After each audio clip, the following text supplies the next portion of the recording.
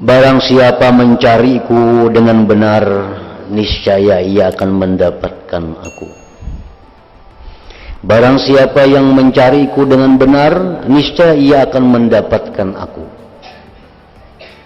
Oleh sebagian ulama ditakwilkan bahwa barang siapa yang mencari keridhaan Allah, dia akan dapat keridhaan Allah itu. Orang yang bujur-bujur hendak keridhaan Allah, diberi Tuhan keridhaan itu. Tuhan kadang memalarakan lawan ridhanya.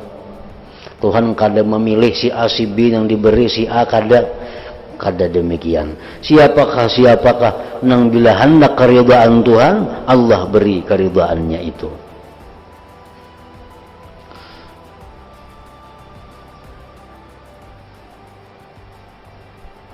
Barang siapa mencariku dengan benar, niscaya ia akan mendapatkan aku. Siapa yang mencari Tuhan, pasti bertemuan lawan Tuhan. Itu terjemahnya. Artinya, tujuannya, maksudnya, siapa yang mencari keridhaan Allah, dapat keridhaan itu. Dan keridhaan Allah itu di mana andaknya? Ridaya fi ta'ati. Artinya keridhaan Allah itu dalam taat kepada Allah. Setiap yang taat kepada Allah itu ada ridha Allah. Makanya dari Imam Ja'far Shadiq mengatakan, jangan sekali-kali engkau merimihkan ketaatan kepada Allah.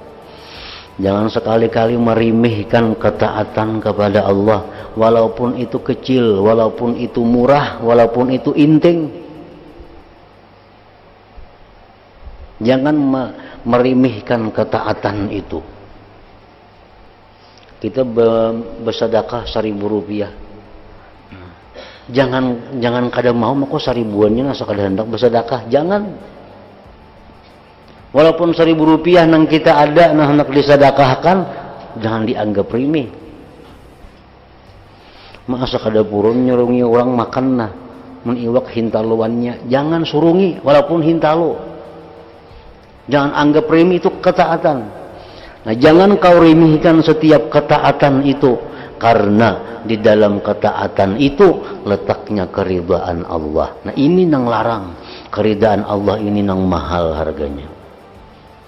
1.000 rupiah itu remeh aja, tapi dalam 1.000 itu mahal. Kenapa? Karena 1.000 yang kita sedekahkan itu ada di dalamnya ridha Allah. Nah, ridha Allah itu nang kada ada nilainya.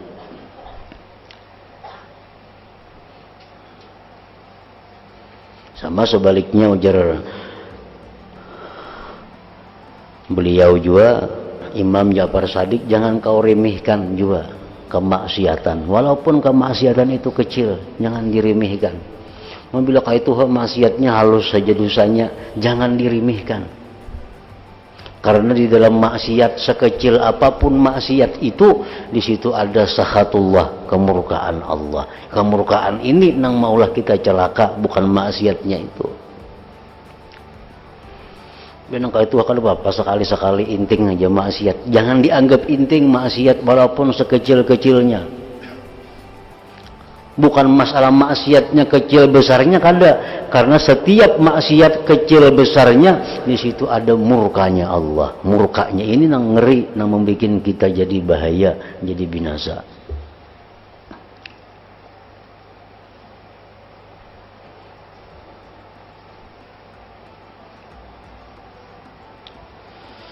Barang siapa mencariku dengan benar, niscaya ia akan mendapatkan aku. Dan barang siapa mencari selain aku, niscaya ia tidak akan mendapatiku. Itu sudah jelas.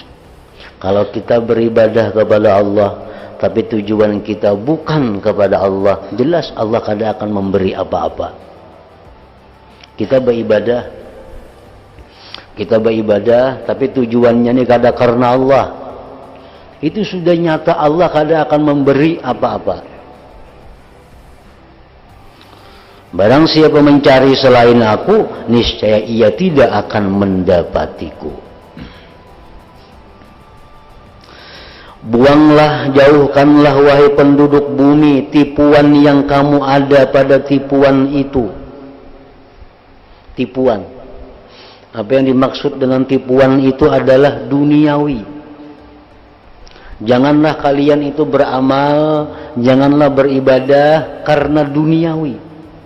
Karena dunia itu adalah merupakan tipuan.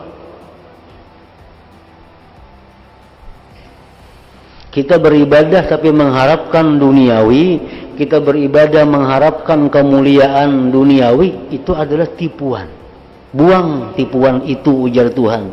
Kemarilah kepada kemuliaanku. Nah, ambil kemuliaan Allah. Kita beribadah dengan tujuan karena Allah, maka Allah kita dapatkan, otomatis dunia ini pun kita dapatkan. Itu otomatis sudah. Orang yang beribadah karena dunia bisa kada dapat, Allah sudah nyata kada dapat. Orang beribadah supaya dipuji orang, beribadah belum tentu dapat pujian orang. Nah, Allah sudah nyata murka, Allah sudah nyata kada katuju. Tetapi kalau kita ini beribadah semata-mata karena Allah, Allah pun senang, yang lain pun makhluk-makhluknya pasti akan menghargai, pasti akan memuliakan. Nah, ini jar Tuhan, buanglah wahai penduduk bumi tipuan yang kamu ada pada tipuan itu. Kemarilah kepada kemuliaanku. Berteman denganku dan duduk-duduk bersamaku. Kita membaca hukum-hukum Allah, kita membaca Al-Quran, itu sebenarnya kita duduk-duduk dengan Allah. Mungkin kita mengerti bacaan Quran tuh. Bacaan Quran itu ada tanya jawab, bacaan Quran itu ada pernyataan, bacaan Quran itu ada permintaan kita kepada Allah. Kita pahami ayat-ayat Quran tuh. Jadi kalau kita membaca Quran itu sebenarnya kita duduk lawan Allah. Duduk lawan Allah. Bersenang hati denganku, ujar Tuhan. Bersenang hati denganku. Dengan zikir tadi, niscaya aku bersenang hati denganmu. Artinya apa? Kita berzikir kepada Allah, Allah pun akan memberikan ampunan, Allah memberikan anugerah, dan Allah umumkan kepada para malaikat-malaikatnya. Dan aku bersegera mencintaimu. Sesungguhnya aku menciptakan tanah kekasih-kekasihku, dari tanah Ibrahim kekasihku, Musa yang telah munajat kepadaku, dan Muhammad pilihanku. Nabi Adam itu dibuat dari tanah. Nabi Adam dibuat khuliqa min tin, diulah daripada tanah. Tanah apa Nabi Adam itu diulah? Tanah dari seluruh bumi diambili sedikit demi sedikit. Ada tanah hirang, ada tanah putih, ada tanah kuning, ada tanah liat, ada tanah uruk, tanah macam-macam. Diadun jadi satu. Bermacam-macam jenis tanah.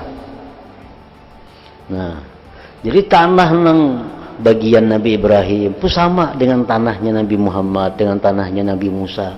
Dan di situ jualah tanah-tanah kekasih-kekasih Allah Subhanahu wa ta'ala. Jadi kekasih-kekasih Allah itu satu golongan, satu jenis dengan tanahnya Nabi Ibrahim, tanahnya Nabi Musa, tanahnya Nabi kita sallallahu alaihi wasallam.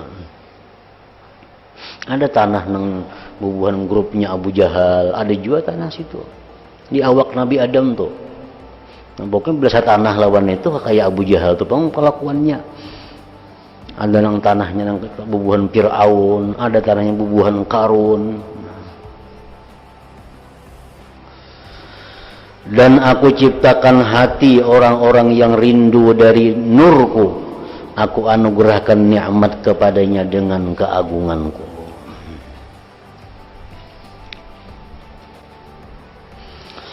Diriwayatkan dari sebagian orang salaf bahwasanya Allah Ta'ala telah mewahyukan kepada sebagian orang-orang siddiqin, sesungguhnya aku mempunyai hamba-hamba dari hamba-hambaku yang mencintai aku dan aku mencintai mereka. Mereka rindu kepadaku dan aku pun rindu kepada mereka. Mereka selalu berzikir ingat kepadaku dan aku pun ingat kepada mereka. Dan mereka memandang kepadaku dan aku pun memandang kepada mereka. Maka jikalau kamu turuti jalan mereka, niscaya aku cinta kepadamu. Dan jikalau kamu berpaling dari mereka, niscaya aku akan murka kepadamu. Ujar Tuhan kepada orang siddiqin bahwa aku ada berisi hamba-hamba yang hamba itu cinta kepadaku dan aku pun cinta kepadanya. Hambaku itu rindu kepadaku dan aku pun rindu kepadanya. Hambaku itu berzikir kepadaku, aku pun menyebut-nyebut namanya. Siapa yang mengikuti jalan mereka itu, maka aku cintai dia.